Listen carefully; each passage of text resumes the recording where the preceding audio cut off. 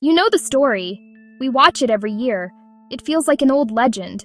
But Rudolph wasn't born at the North Pole. He was made in an office. A red nose, created to sell.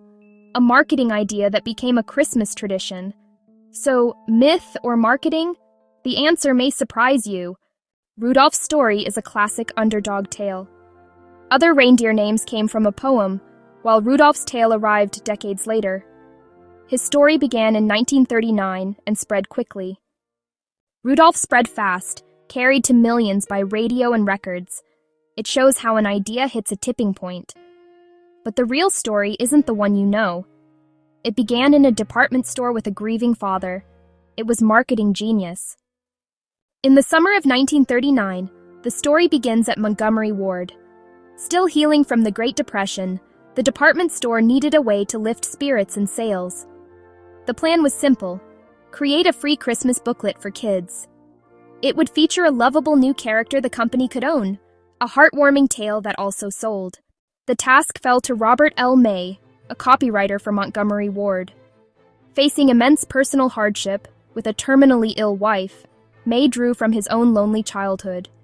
He began a story about an outsider reindeer, an underdog, whose weakness would become his strength. At first, his bosses were skeptical. A red nose, they said, suggested drinking, but a cute sketch by artist Denver Gillen won them over. The result was a softcover booklet. In 1939, Montgomery Ward gave away 2.4 million copies. The giveaway was a smash success.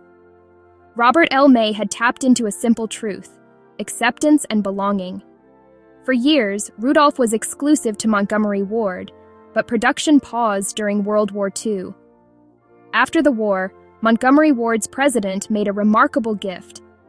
In late 1946, he signed the complete copyright over to Robert L. May.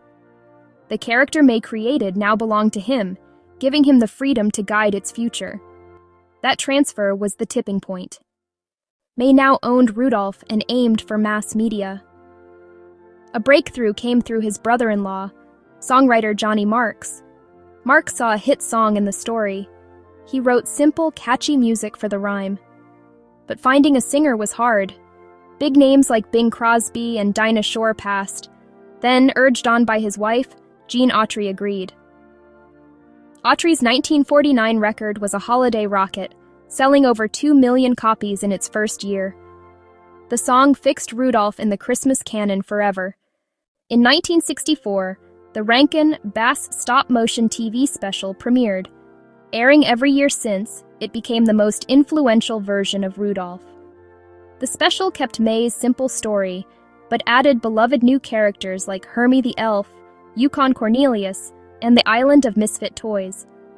These additions brought charm and reinforced the theme: be yourself. For millions, this TV special Rudolph, cementing his place in Christmas myth and making him feel truly timeless. People debate his backstory. What counts is the message that endures. At its core, the story is simple and hopeful.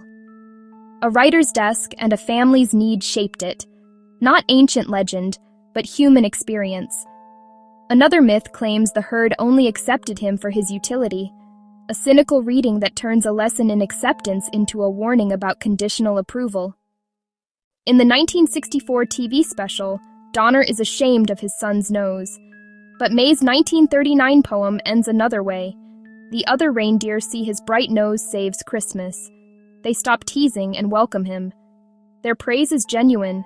May never intended a scientific answer. The red nose is simple magic, a symbol for standing out. It can stand for any difference. The nose isn't an illness. It's a symbol for difference. At first a burden, in the end, a gift. Remember the maker behind the myth, Robert L. May. A grieving husband and father, he channeled his own pain into hope. Knowing this makes the lesson land deeper. Empathy, acceptance, difference as strength. Rudolph is a message. Like, share, and subscribe for more stories.